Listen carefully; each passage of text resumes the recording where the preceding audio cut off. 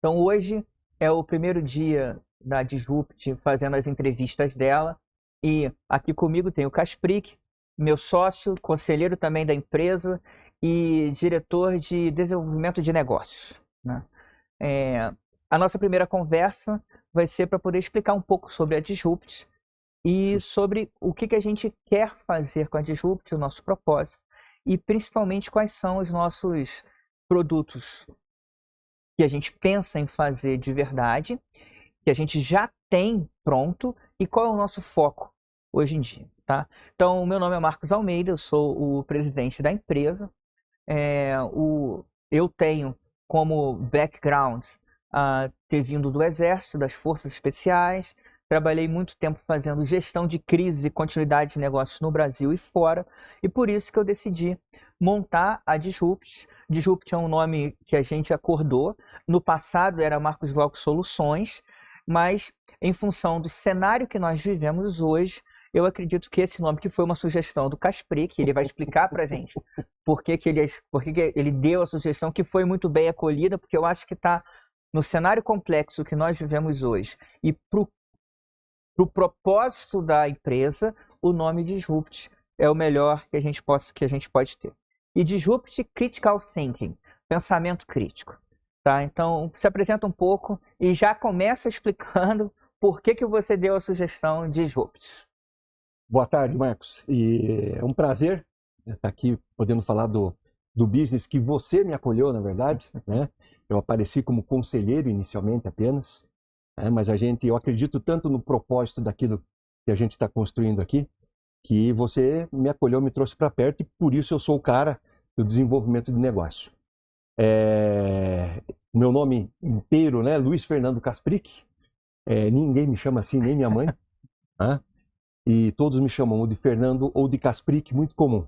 E o Kasprick, seu sobrenome, é um passado parecido com o seu, não nas mesmas qualidades, né? Mas a carreira militar foi uma carreira que me proporcionou muito do que eu entendo como defesa, como crise, como administrar problema, vamos chamar dessa maneira.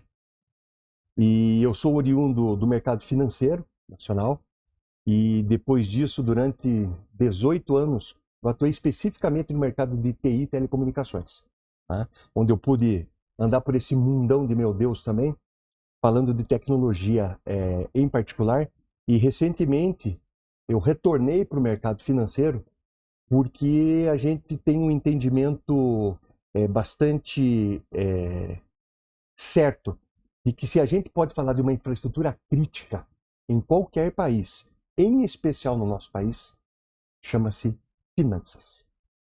Aonde o dinheiro está, o que é que ele é capaz de produzir e aonde ele é capaz de produzir. E olhando nisso, a Disrupt, né, apareceu para mim como um nome. Eu nunca tive nada contra a MGS, né, o Marcos Glauco Soluções, mas a gente vinha falando e vem falando. Eu não acredito em nada que seja inovável ou um movimento de inovação, ou inovação simplesmente, que não faça uma disrupção muito forte com alguma coisa. Isso pode ser um conceito, isso pode ser uma tecnologia, isso pode ser a IA generativa, que pode não está resumida a ChatGPT, é muito maior do que isso. Então, assim, a Disrupt veio por causa disso. Né? Eu falei, cara, a gente precisa ser disruptivo não apenas no discurso, que é uma coisa que nós não queremos. Sim. As coisas precisam se materializar. E eu entendi, para mim, me soou muito, muito bem, dizer assim, cara, Disrupt. E Critical Thinking, poxa, não preciso nem dizer, a sua formação é a nossa formação no mercado financeiro e de TI da mesma maneira. Interessante isso, né? Porque quando a gente fala em gestão de crises, continuidade de negócios ou antifragilidade, que é o nosso métier, a gente está falando, em resumo, em assessoramento à decisão, que é o que é o nosso propósito real. A gente não vai decidir pelo cliente. Na verdade, a gente vai assessorá-lo a tomar a melhor decisão baseado em cenários e uma metodologia muito bem pragmática, né, que é nossa, inclusive. E após ele tomar a decisão dele, a gente vai acompanhá-lo e principalmente acompanhar o desenrolar das decisões para entender quais são as consequências, reflexos e impactos, é o que a gente chama hoje de pensamento de segunda ordem, ou seja, eu quero tomar uma decisão, eu avalio tudo o que vai acontecer pós-decisão. E aí, nós chegamos à conclusão, me corrija se eu estiver errado, que a gente hoje, pelo momento que a gente vive, de mudanças climáticas severas, e por causa das mudanças climáticas severas, impactos muito contundentes no setor de agronegócio, e por causa desses impactos, impactando a parte financeira e principalmente a parte de tomada de capital e depois de segurar esse capital, que nós decidimos para que no assessoramento à decisão para ambas as pontas desse ciclo, dessa cadeia, dessa esteira do crédito, tanto o agricultor como o banco ou a seguradora, que nossa empresa, pode diminuir o risco da tomada de decisão, de ambos os lados. Então eu queria que você explicasse um pouco sobre como que isso funciona e como é a ferramenta que a gente tem na empresa. Então, Marcos, eu vou começar dizendo o seguinte. Eu desconheço no nosso país hoje uma infraestrutura tão crítica quanto a estrutura do agronegócio. E não é nem por segurança alimentar, né? Não é nem por causa do clima e te digo que menos do que a segurança alimentar. Até. Que é o seguinte, hoje 1/3 do nosso PIB passa nesse ecossistema do agronegócio. 1/3. Não é petróleo, não é gás. Você falou para mim uma vez da relação eram 5 bancos que detêm uma certa porcentagem da capacidade de financiamento e os outros uma outra. Explica isso também, por favor. Então, você veja o seguinte. Nós temos aqui um financiamento largo, certo? Ou considerado largo, pelo menos, que a gente chama do Plano Safra, por exemplo. Esse ano, o nosso presidente da República anunciou largamente, é o maior valor de todos os tempos, tá certo? 475 bilhões de reais. Que é uma soma fantástica, não é verdade? Sim. Não é. Não é? Não. Para a necessidade do agro hoje, não é? Não. Por quê? 475 bilhões de reais, transformando isso em área agriculturável para ser atendida, só atende 15% da área agriculturável deste nosso continente chamado Brasil. E os outros 85% de área agriculturável, ou de pasto, cultivo, não importa do que seja, vão para onde? Veja, eles continuam trabalhando, mas o dinheiro de subsídio do governo não chega lá. Por quê? Porque esse lugar ele está ocupado, ocupado por iniciativas próprias, um pedacinho muito pequeno das cooperativas. Veja, o nosso país, das 5 maiores cooperativas do nosso país, as 5 estão no estado do Paraná. As 5 juntas já faturam mais de 250 bilhões de reais por ano. E elas vão faturar até 2030, e 2030 quero dizer que está ali, mais de 500 bilhões de reais. Então você veja, o mundo, geopoliticamente falando, ele está todo atrapalhado. A gente tem um monte de dinheiro disponível, por exemplo, fundos soberanos da Arábia Saudita, para falar de pouco trilhão, certo? Eles querem um pouso suave para o seu capital. Eles querem remuneração, nós estamos falando de dinheiro, de remuneração de capital. E o seguinte, eles não conseguem chegar a termo aqui no Brasil, por exemplo, porque falta muita coisa. Sem falar de telecomunicações, de infraestrutura e tudo isso, você imagina o seguinte, o Marcos agricultor quer pegar uma grana de alguma entidade, vai até o banco, ou até a agência de fomento, seja lá onde for, senta e ele pede. Entre ele pedir e receber alguma coisa, a gente está falando de minimamente 90 dias. O seu plantio não vai esperar. Certo? O tempo não vai parar porque você tem um prazo longo. E esse prazo longo acontece por quê? Porque a estrutura de concessão e avaliação de risco do banco para conceder o crédito no modo agrícola, ou mesmo conceder proteção na hora de fazer seguro, ele esbarra no nosso continente. Nós somos grandes demais. Você mandar um técnico agrícola fazer uma avaliação pessoal, certo? Vai custar minimamente R$ 4.500.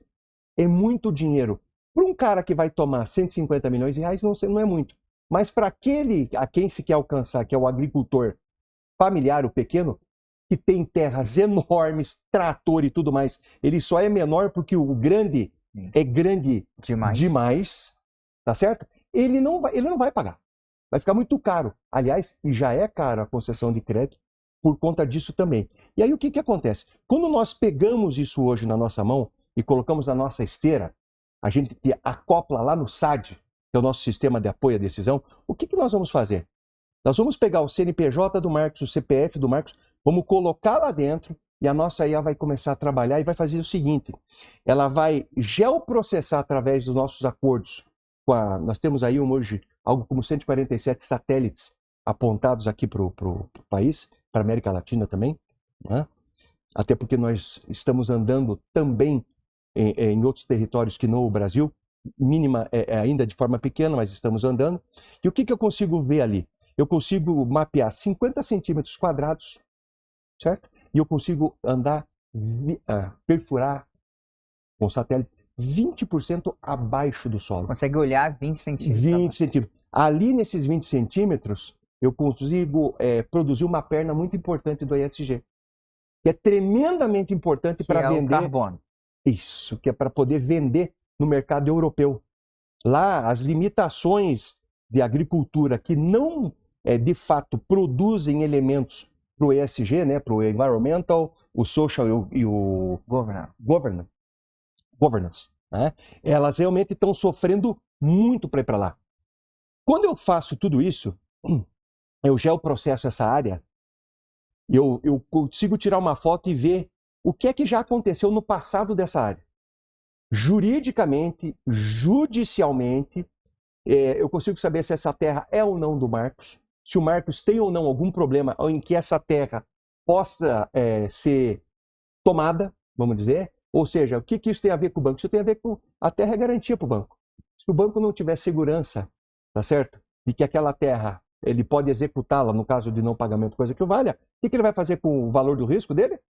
Vai subir. Vou cobrar mais caro. Fato que acontece hoje no crédito agrícola, fornecido basicamente por Banco do Brasil e Caixa Econômica Federal hoje. E aí por isso que ele atinge, esses bancos grandes só atingem 15%, porque são os 15% que conseguem pagar o tamanho do risco.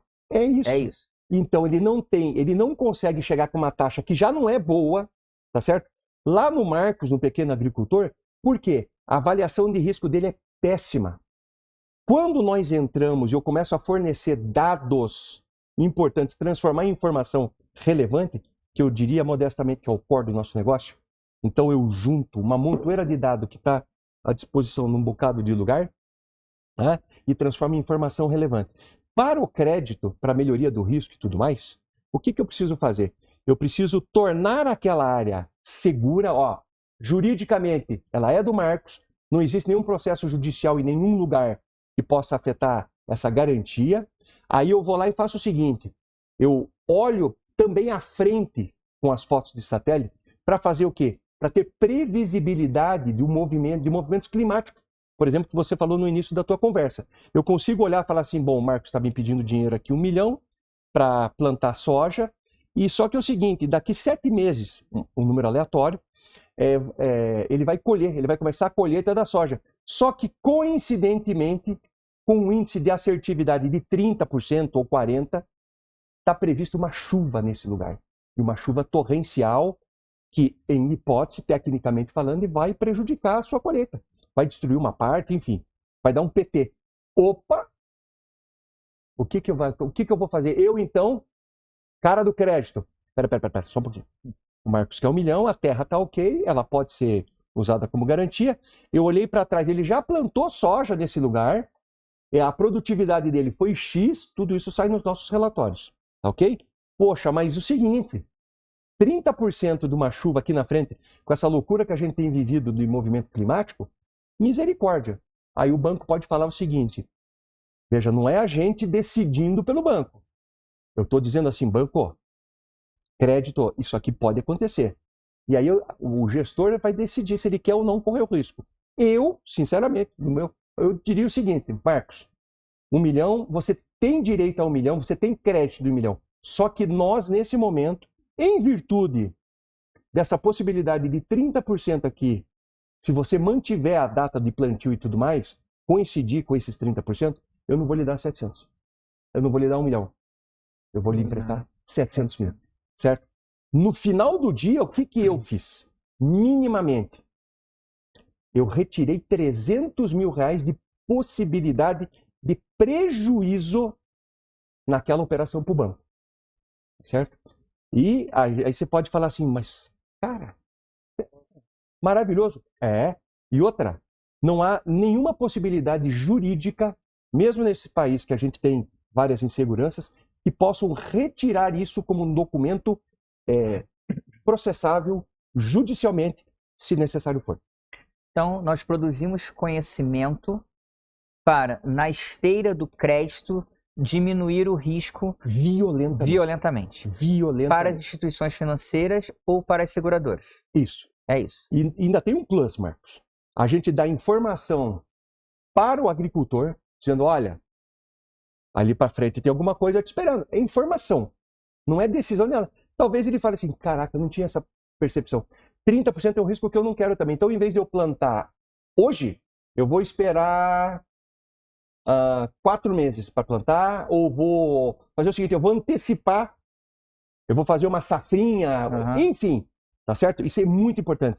E uma terceira coisa tremendamente importante. O próprio sistema começa a gerar um negócio que nós chamamos de ativo ambiental. O ativo ambiental, aquele carbono que eu consigo ver embaixo da terra, que hoje vale nada para você, Marcos, agricultor. Só que é o seguinte, se eu conseguir capturá-lo, e eu consigo, eu posso fazer isso, certo? E eu conseguir transformá-lo, por exemplo, numa NFT ou num token, e eu acabei de gerar um ativo ambiental.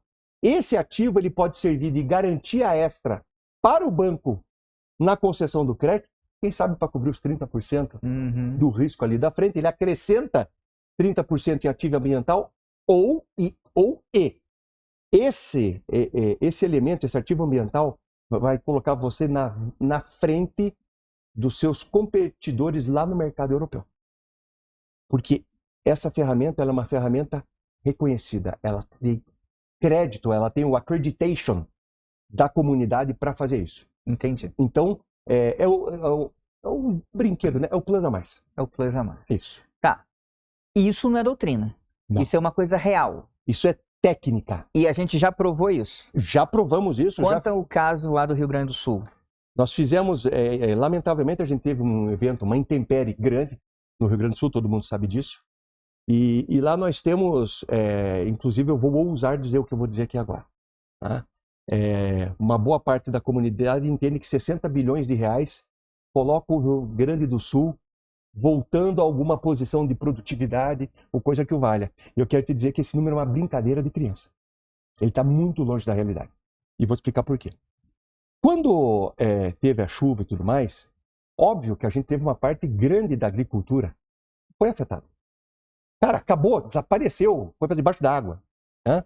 O que nós fizemos então? As seguradoras começaram a receber pedidos de compensação de sinistro. E aí, cara, como é que você vai saber que aquilo foi mesmo que te pediram? O que nós fizemos? Nós pegamos o nosso satélite. Um dia antes do crédito entrar na conta, nós tiramos uma foto e vimos a propriedade. Ela estava ok. Beleza. 4 dias depois do incidente, da chuva, da intempérie, nós tiramos uma outra foto. Tá certo? E nós conseguimos ver como era e como estava. E 3 ou 4 dias antes da intempérie, nós tiramos uma outra foto para poder comparar se o cara plantou.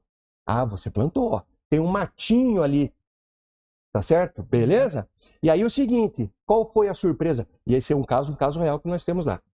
Qual foi a grande surpresa? O Marcos pediu 100% de reembolso e por dados técnicos juridicamente inabaláveis e inquestionáveis, a seguradora pôde falar para o Marcos, Marcos, você tem aqui 9,5 hectares que você segurou e agriculturou, no entanto, apenas 5,5 hectares foram afetados. E isso nós vamos lhe pagar. Então, 4 hectares dos 9,5, que é um número expressivo, tá certo? Não é que ele deixou de ser pago, ele seria pago indevidamente, porque quem pediu o reembolso não informou corretamente. Entendi. Né? Então isso, você veja, se eu sou capaz de fazer isso com as ferramentas que eu uso, não importa quem contrata, você imagine o seguinte, qual seguradora não vai querer baratear o seu seguro, por exemplo? Sim, lógico. E outra, a gente está falando de agricultura, Marcos, mas a gente podia estar falando de boi, de ovelha, de porco. A gente podia estar falando de automóvel. A gente podia estar falando de... A gente pode falar de outros setores de infraestrutura crítica, como, por exemplo, energia e óleo e gás. Pô, perfeito. Perfeito. A gente pode falar de bebida, se nós quisermos, entende? Porque, veja, o grande produto que nós temos é a inteligência capaz de fazer essa associação de dados. Porque existe muito dado, muito. Se a gente digitar Marcos Glauco no Google, vai aparecer lá provavelmente 1.235.000 menções. Só que essa informação não serve de nada para você. Porque você não vai abrir uma a uma. Agora, você fez a pesquisa por quê? Eu quero saber se tem algum processo aberto contra o Marcos.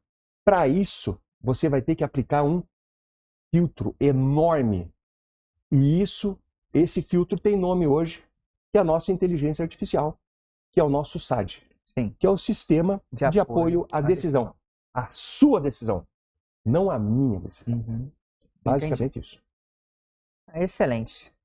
Acho que a gente conseguiu resumir o que é a Disrupt e o momento atual dela e qual é a capacidade atual dela. Não é isso? Fato. A gente tem uma capacidade importantíssima, Marcos. E aí a habilidade sua, e aqui a gente não é rasgar nada, mas é habilidade mesmo. Né?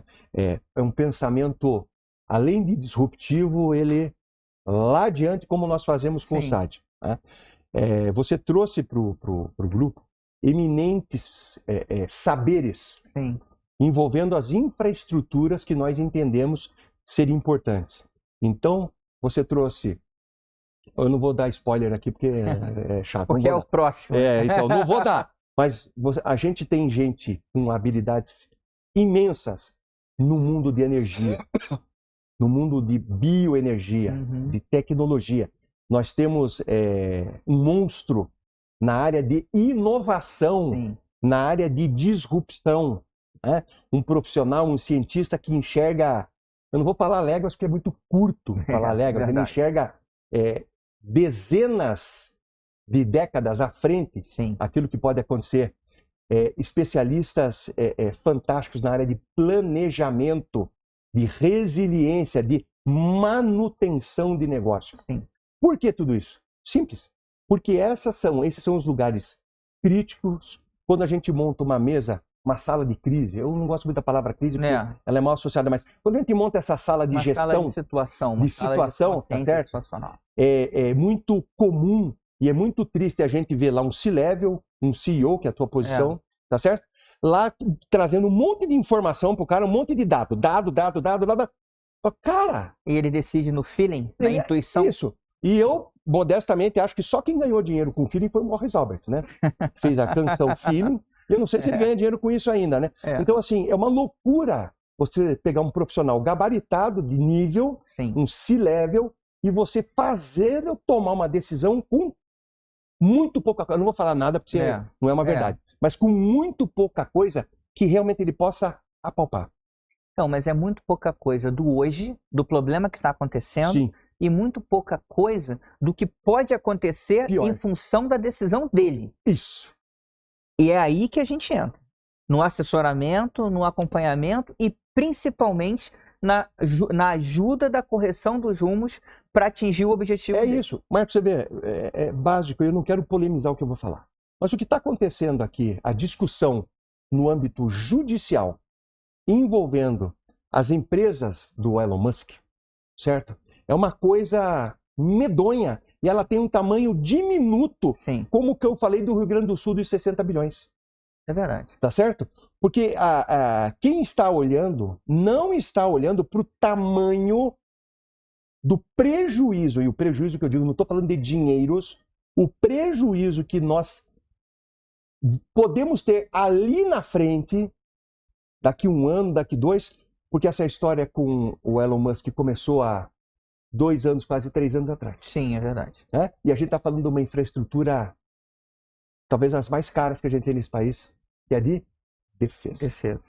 Então, assim, a gente não pode deixar de olhar.